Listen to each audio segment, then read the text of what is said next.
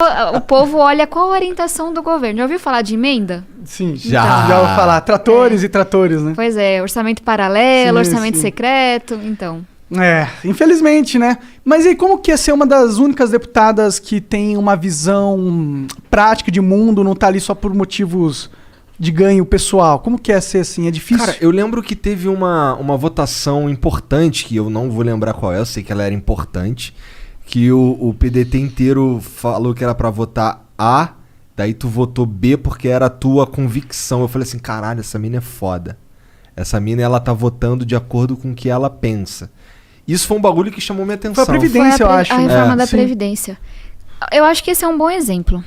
Obviamente foi um voto difícil, mas é um bom exemplo. Por quê? Muitas pessoas acham que a maior, divisão no Congresso é esquerda-direita. Isso não é real. Assim, tem um grupo de esquerda, tem um grupo de direita, tem um grupo ideológico. Mas tem um grupo muito maior que é o fisiológico. Que é esse que a gente estava falando. A pessoa não vai estudar e falar, cara, para mim o mais importante é eficiência, é combate... Não, não é isso.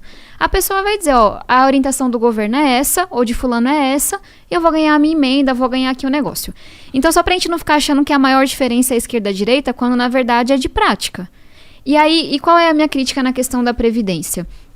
Cara, eu estudei muito esse tema. Muito, muito mesmo. Eu não faço as coisas de brincadeira. E aí, quando eu olhava para os números da Previdência, a gente via, vamos ver se eu lembro certinho, até 2026, que é daqui 5 anos, né? Daqui 5 anos, de cada R$10 do dinheiro público, 8 ia para pagar a aposentadoria. Ia sobrar 2 para pagar saúde, segurança, educação, tudo. Então, para mim, era muito óbvio que a gente tinha que fazer uma reforma, porque as pessoas passaram a viver mais porque era necessário. E aí tinha uma outra coisa que me doía muito, que é esse Brasil desigual que a gente tem, né?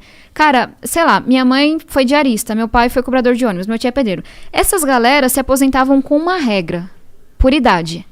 A turma de classe média ou de classe alta se aposentava por tempo de contribuição.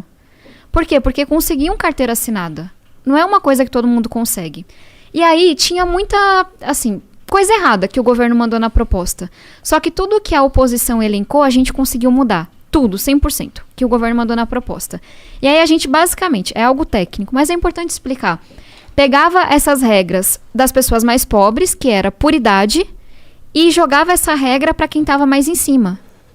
Só que essa turma ficou revoltada. E eu entendo que é foda, você tem que... Pode falar a palavra? Claro, você pode falar o que você quiser. Você tem que trabalhar, sei lá, mais anos pra se aposentar. É difícil mesmo, não é uma reforma que as pessoas votam com gosto. É foda. Mas era importante.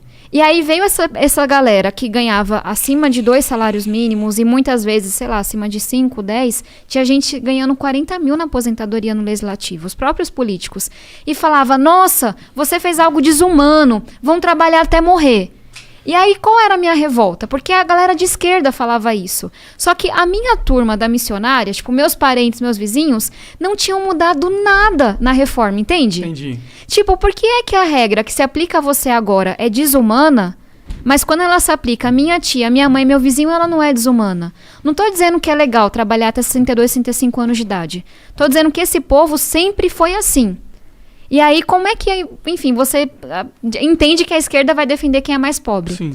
Mas aí eu comecei a entender que não, que nem sempre. Às vezes a esquerda vai defender quem está organizado em sindicato, quem está organizado e faz lobby, não quem é trabalhador informal. Outras vezes a esquerda vai dar um voto porque quer estar no poder, que foi um pouco o caso do PDT. O Ciro Gomes defendeu a reforma da Previdência em toda a campanha dele. E eu olhava para a gestão dele no Ceará com muita admiração, sabe?